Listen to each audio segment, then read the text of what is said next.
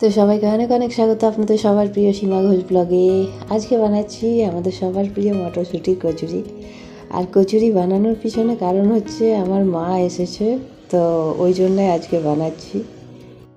তো মটরশুঁটির কচুরি বানাতে সবাই আমরা জানি মোটামুটি, কিন্তু আমি জীবনে প্রথমবার বানাচ্ছি, ওই জন্য আপনাদের সাথে শেয়ার করলাম। তো আশা করি আপনাদের ভালো লাগবে, যেহেতু ফার্স্ট আমার এক্সপিরিয়েন্স। তো আর আমি কোনোদিনও বানাইনি, কারণ আমার খুব ভয় লাগতো যে পারবো কি না, আর এত ঝামেলার রান্না। তো যাই হোক, আজকে সাহস করে করছি, কারণ খাবার মধ্যে মা আর মেয়ে, তো বদনাম তো করতে পারবে না, আর করলেও সহ্য করে নেবো। কিন্তু আমার ইচ্ছা করলো আজকে বানানোর, মাকে বানিয়ে খাওয়ানোর।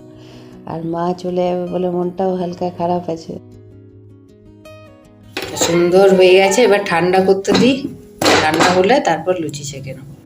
তো মটরশুঁটির কচুরির সাথে আলুর দম, যেহেতু আজকে নিরামিষ খায় মা, তাই নিরামিষই রান্না করছি। তো নিরামিষ আলুর দম করছি, কাশ্মীরি আলুর দম।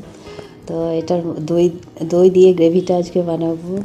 তো যাতে খুব অল্প তেল দিয়েছি, মা বেশি তেল ঘি মশলা খায় না, ওই জন্য অল্প তেলের মধ্যে যতটা ভালোভাবে রান্না করা যায় আর কি। তো এই হচ্ছে গ্রেভিটা, মশলাটা কষছি আলুর দমের। ওই যে আগের ব্লগে বলছিলাম যে মা এখান থেকে সিউড়ি ফিরে গিয়ে আবার 14 তারিখে মা যাবে কুম্ভ মেলায়। তো এই সুযোগ আজ ছাড়লাম না, ওই জন্যে একটু ভালো মন্দ রান্না করে খেলাম আর খাওয়ালাম, এটাই ছিল আমার ইচ্ছা। তো যাক, ভালো লাগলো, জীবনে প্রথমবার ট্রাই করলাম মটরশুঁটির কচুরি। আলুর দম তো বহুবারই বানিয়েছি। একটা ভাজা মশলা করছি, একটু পোস্ত, একটু জিরে, একটু শুকনো লঙ্কা, এটা বেটে দিয়ে দেবো নামানোর সময়। হয়ে গেছে, আলুর দম হয়ে গেছে, এবার ভাজা মশলা দিয়ে দিচ্ছি। এটাতে ফ্লেভারটা, সাথে একটু ধনেপাতা কুচনো দিয়ে দেবো। তো মা কাছে থাকলে খুবই ভালো লাগে, কারণ মা প্রায় 2-3 বছর পর আমার কাছে এসে এতগুলো দিন থাকলো, খুবই ভালো লাগছে মিঠিরার আমার। আর মা যখন আমরা ছোট ছিলাম তখন আমাদের আবদারের সমস্ত জিনিস রান্না করে আমাদেরকে খাইয়েছে। তা এখন আমাদের রিটার্ন ব্যাক দেওয়ার সময়। এই মটরশুঁটির কচুরির জন্য লেচি বেলে নিয়েছি। তো যে কোনো জিনিস নিজের হাতে বানানোর একটা আনন্দই অন্য লেভেলের থাকে। তো নিজে ফার্স্ট টাইম বানাচ্ছি, মনে হচ্ছে যেন রান্নাঘরে প্রথমবার রান্না করতে ঢুকেছি, সেই রকম এক্সপিরিয়েন্স হচ্ছে আজকে।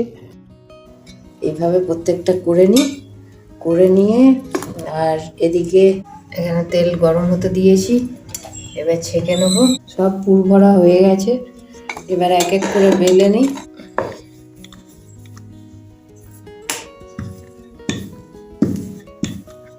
বেশি পাতলা করব না, নাহলে বেরিয়ে যাবে সব। একটু মটরশুঁটির কচুরি একটু বড় বড়ই হয়। আজ মেয়ে আমার ভিডিও রেকর্ড করছে, তো ও আমাকে হেল্প করতে কোনো ত্রুটি করেনি। সুন্দর ফুলে উঠেছে উপরের মতন, আর কোথাও বেরোয়ও নি। আমার জীবনের প্রথম মটরশুঁটির কচুরি। সব থেকে ভয় লাগছিল যে ফেটে ফুটে না যায়, সুন্দর ফুলকো হয়েছে। ইচ্ছা প্লাস চেষ্টা দুটো যখন একসাথে সিঙ্ক হয়ে যায়, তখন কিন্তু যে কোনো কাজই খুব সহজ লাগে। লুচি ফুললে তো মন খুশি হয়ে যায়। যাক, সাকসেস, গ্রেট সাকসেস, কারণ ফার্স্ট টাইম করছি যেহেতু। মা আর মেয়ের জন্য বানানো। আমি খেয়েছি প্রচুরবার, কিন্তু বানাইনি কখনো। তো একটু কনফিডেন্সের অভাব ছিল, দাঁড়িয়ে ভাবলাম যা হোক, খারাপ হোক ভালো হোক, খাবে তো মা আর মেয়ে, তো দেখি। এই হলো লুচিগুলো, এবার ছেঁকে নিই পরপর। লুচি ফুলকো ফুলকো রেডি, সাথে আলুর দমও রেডি, এবার হবে ডিনার। আর এত সুন্দর হয়েছে খাস্তা, প্রত্যেকটা লুচি ফুলেছে। দেখাচ্ছি একটা, এই যে এই যে কি সুন্দর হয়েছে, দেখো এই যে কি সুন্দর হয়েছে। আর এতটা বেশি পুর ভরেছি, একটাও কিন্তু ফাটেনি। তো যাই হোক, আজকের ব্লগ যদি ভালো লেগে থাকে তাহলে অবশ্যই লাইক শেয়ার আর সাবস্ক্রাইব করবেন। আবার দেখা হবে নেক্সট ব্লগে। ভালো থাকবেন, সুস্থ থাকবেন, টাটা।